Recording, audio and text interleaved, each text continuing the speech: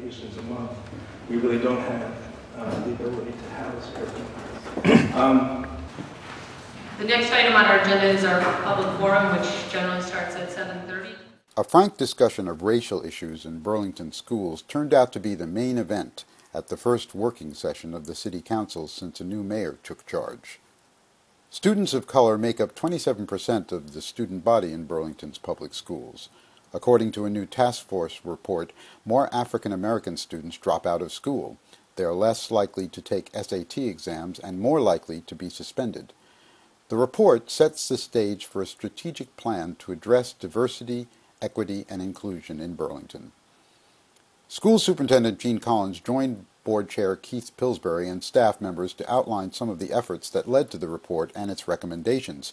But not everyone is satisfied. Some teachers say they've been excluded, and several residents at the forum pointed to ongoing racial disparities. For everybody in the city of Burlington, I just want to be able to feel like we can be partners in this, and I just want to feel like I'm living in a city where people are concerned about this issue, and I hope that we'll be able to have a civil and constructive conversation with the leadership at the school district, because I feel like many people have felt betrayed in the way that things unfolded after the task force revealed the diversity task force.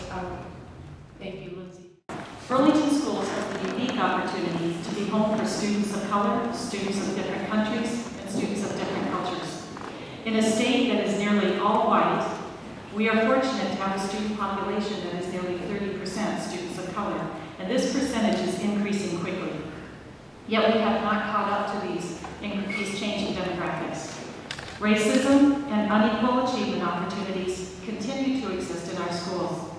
Racism comes from misunderstandings and preconceived ideas of a person's attitude based upon their appearance. That has always been the case with the human race. Despite dedicated teaching faculty and administration, despite a desire to change, we have not yet achieved a district that is free of racism or inequities. We need to dig into ourselves, review and communicate our data, open up communication, and if you saw Val Perry last week, you would understand this phrase, lean forward together to create an equitable and welcoming environment for all of our students and families. In Burlington, we can do this. We have the size, the passion, the will, and the commitment to improve our policies and actions. The task force report lays out a roadmap of best practices on how to improve our schools and tackle racism, both intentional and unintentional. We are using the task force report, as Paul said, as a foundation to develop a district strategic plan for diversity and equity. This strategic plan needs to become part of our language, from how we hire people, to how we decide our professional development for staff, to how we make instructional choices and create opportunities for students. This strategic plan needs to be woven into the very fabric and culture of our district. In addition, an annual equity report card will be created, which will allow us to look at and share a variety of data on discipline, attendance, course enrollment, as well as achievement in the district, and will help us set goals and be measured against the goals that we seek as we seek to create equitable opportunities for the success of all of our students. I am committed to the creation of an equitable and welcoming learning community, and I know that our principals are prepared to lead the way as a team, helping parents and teachers alike in our quest. But we cannot stop with the schools. This issue is a community issue. I am confident we can be successful if we work together as a community to move this work forward quickly, thoroughly, and proactively.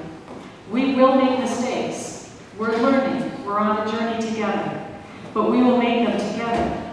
For change to happen, we must commit as a community, when we feel aggrieved, to speak immediately with the person whom you feel wronged. We have people who are able to help students or their parents or guardians have that conversation. We need to have those issues brought to us right away. Grievances should not fester if we are going to move forward.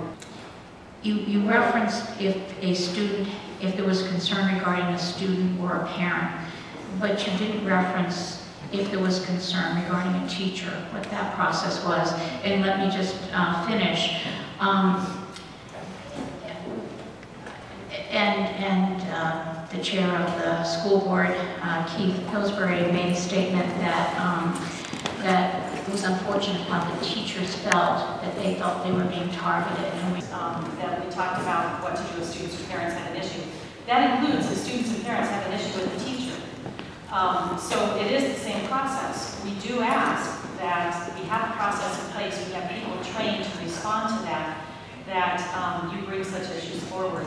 If you aren't comfortable, ideally with the teacher, if you're not comfortable going with the teacher, because that could be, then the teacher has a supervisor, plus, as Dan said, we have designated employees who are posted in the school, and every employee in the district who receives a report of something is mandated to report it.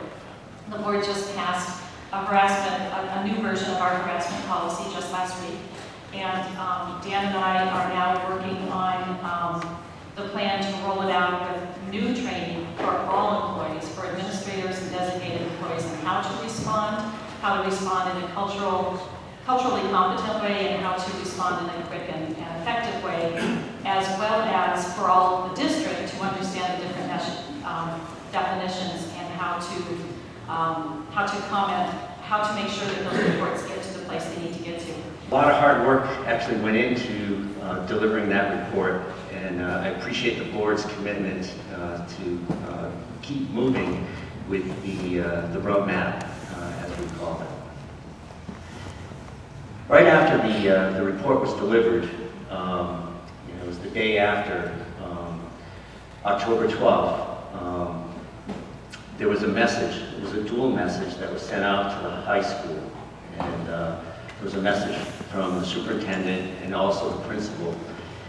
And it went to, I don't know, 300 people in the staff. And it was a dual message.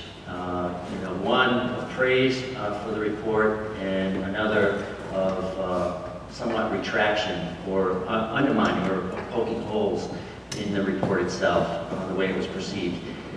My questions, I guess, would be to the superintendent. What action did you take to remedy this divide in the message of the task force after it was delivered?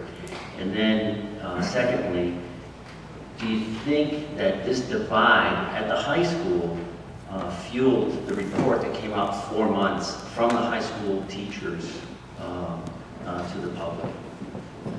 But tonight, the bigger picture here, this is not a school issue. And I agree with the mayor, this is a community issue. And tonight, what I hear from the school board is that we're here for an open dialogue, and we want your help, and we want your support. And I think that's the message that we should take from this tonight.